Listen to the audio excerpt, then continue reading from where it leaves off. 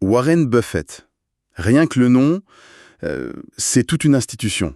Mais bon, au-delà des milliards, des citations que tout le monde connaît, comment un homme d'Omaha est devenu la conscience de l'investissement mondial? Aujourd'hui, on va se plonger dans une pile de sources pour voir un peu plus loin que la légende. Notre mission, vraiment décortiquer la mécanique de sa pensée, comprendre les nuances de sa stratégie et surtout ce que ça signifie pour l'avenir. Pour y voir plus clair, on va y aller par étapes. D'abord, on va s'intéresser aux racines de l'homme.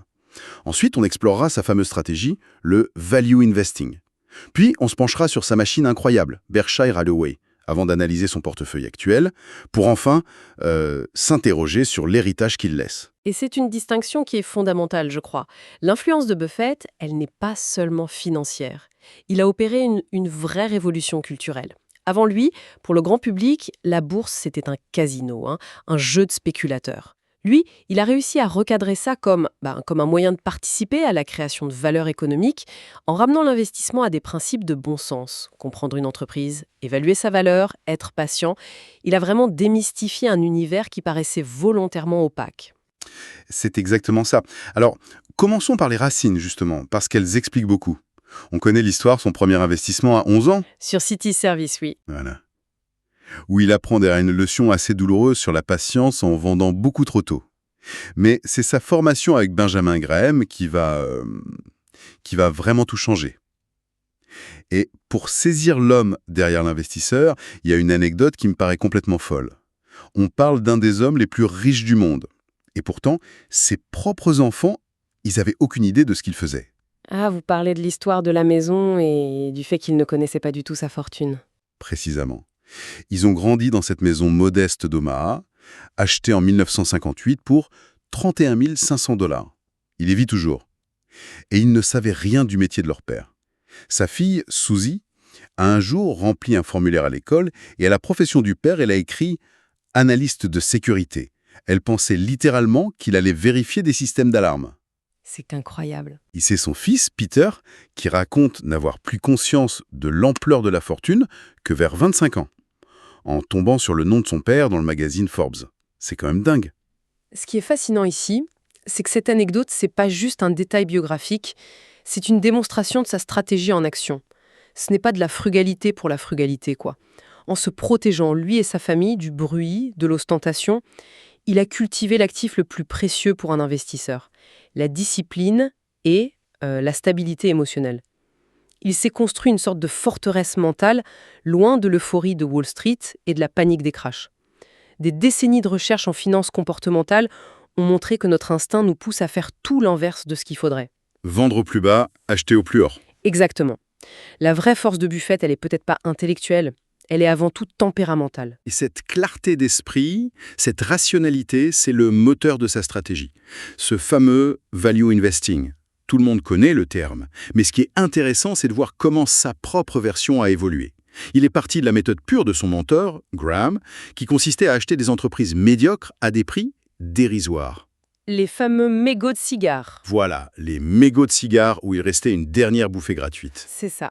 L'idée de Graham était très quantitative, acheter des actifs pour moins que leur valeur de liquidation.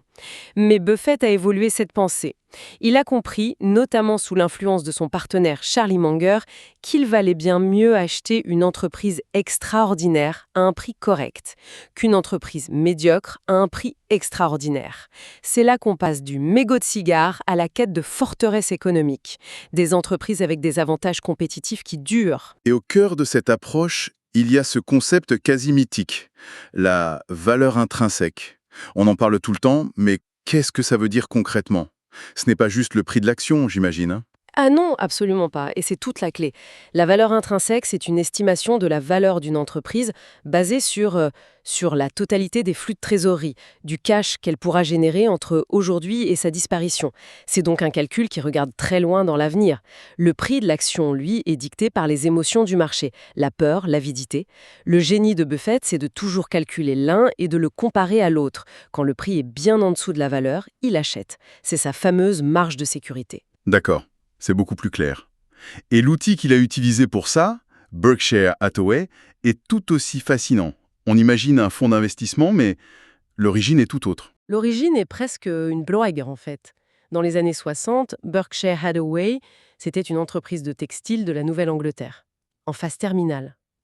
Buffett a commencé à en acheter des actions parce qu'elles se vendaient sous leur valeur comptable. Il a fini par en prendre le contrôle et au lieu de sauver une industrie mourante, il a utilisé la trésorerie pour acheter d'autres sociétés. Il a transformé cette coquille vide, quoi. Et aujourd'hui, c'est un monstre. Un conglomérat qui possède des entreprises entières, de l'assureur GEICO au chemin de fer BNSF, en passant par les piles Duracell ou les glaces Dairy Queen. Mais il y a un aspect qui intrigue toujours, c'est cette montagne de cash qu'il garde. On parle de plus de 100, parfois 150 milliards de dollars de liquidités. Ça semble aller contre l'idée de toujours faire travailler son argent. C'est un point crucial et souvent mal compris. Pour beaucoup d'analystes, ce cash dort. Pour Buffett, il est au travail. Il a deux fonctions. D'abord, c'est un matelas de sécurité. Il n'aura jamais à vendre des actifs en urgence. Mais surtout, c'est de la poudre sèche, une arme stratégique. Et l'exemple le plus spectaculaire, c'est la crise de 2008. Ah oui, Quand le monde entier était au bord du gouffre, que les liquidités s'étaient évaporées, Buffett est devenu le prêteur en dernier ressort du capitalisme américain. c'est là qu'il a investi dans Goldman Sachs et General Electric. Exactement. Mais il n'a pas juste acheté des actions comme tout le monde. Il a négocié des conditions que seul lui pouvait obtenir. Pour Goldman Sachs, par exemple, il a investi 5 milliards de dollars, non pas en actions ordinaires, mais en actions préférentielles qui garantissaient un dividende énorme de 10% par an. Et en plus, il a reçu des warrants, des bons pour acheter des actions à un prix fixe des années plus tard. C'était un coup de maître. Il était payé pour attendre, en gros. Voilà. Il était payé grassement pour attendre, tout en gardant un potentiel de gain énorme. C'est l'illustration parfaite de sa patience opportuniste. Ce qui prouve bien sa fameuse règle « soyez avide quand les autres sont craintifs ». Alors voyons comment ça se traduit dans son portefeuille aujourd'hui avec les données du troisième trimestre 2025. Le tableau général reste le même. Peu de lignes, mais une concentration massive. Apple reste le roi incontesté du portefeuille.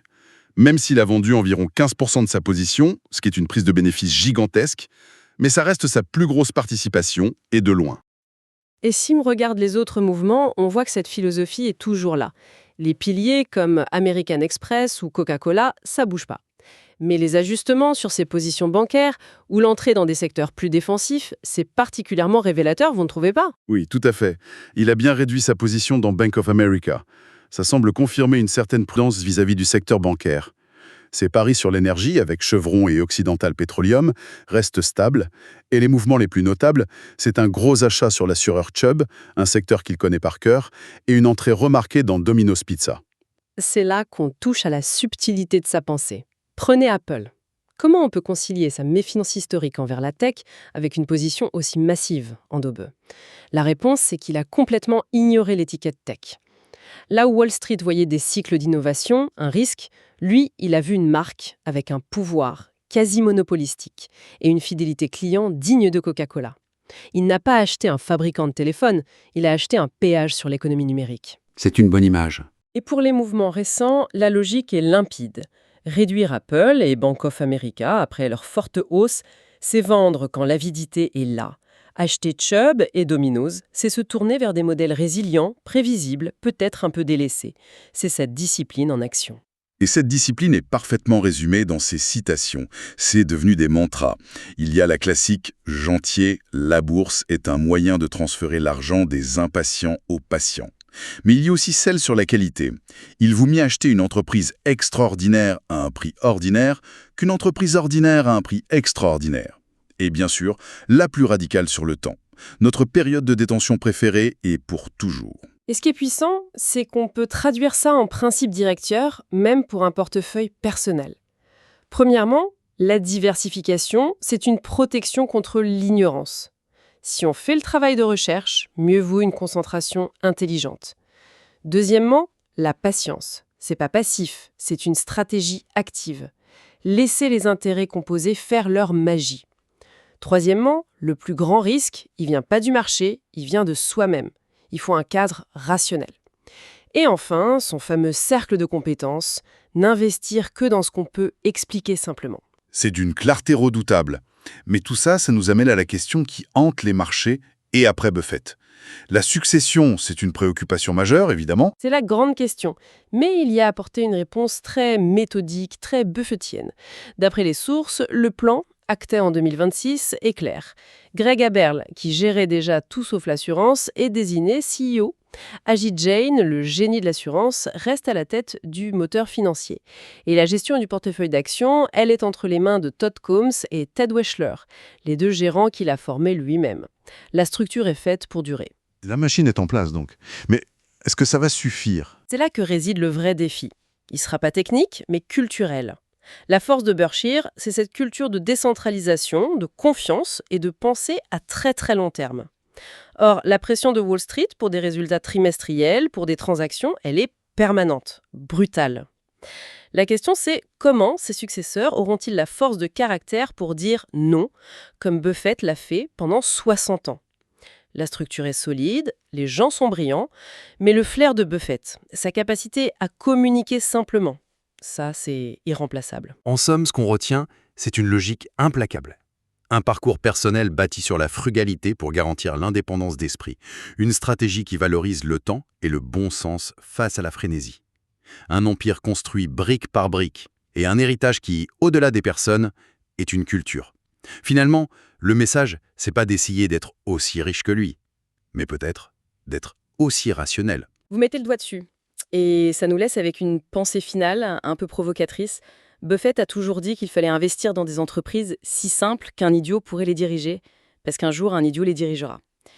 C'est une ode à la simplicité, à la robustesse, mais dans notre monde actuel qui devient exponentiellement plus complexe, avec l'IA qui redéfinit des industries, les biotechnologies, cette quête de simplicité, est-ce qu'elle est toujours la clé du succès, ou est-ce qu'elle risque de devenir un handicap ? Une prudence qui ferait passer Berkshire à côté des plus grandes créations de valeur du XXIe siècle. C'est sans doute le dilemme le plus profond que ses successeurs auront à résoudre.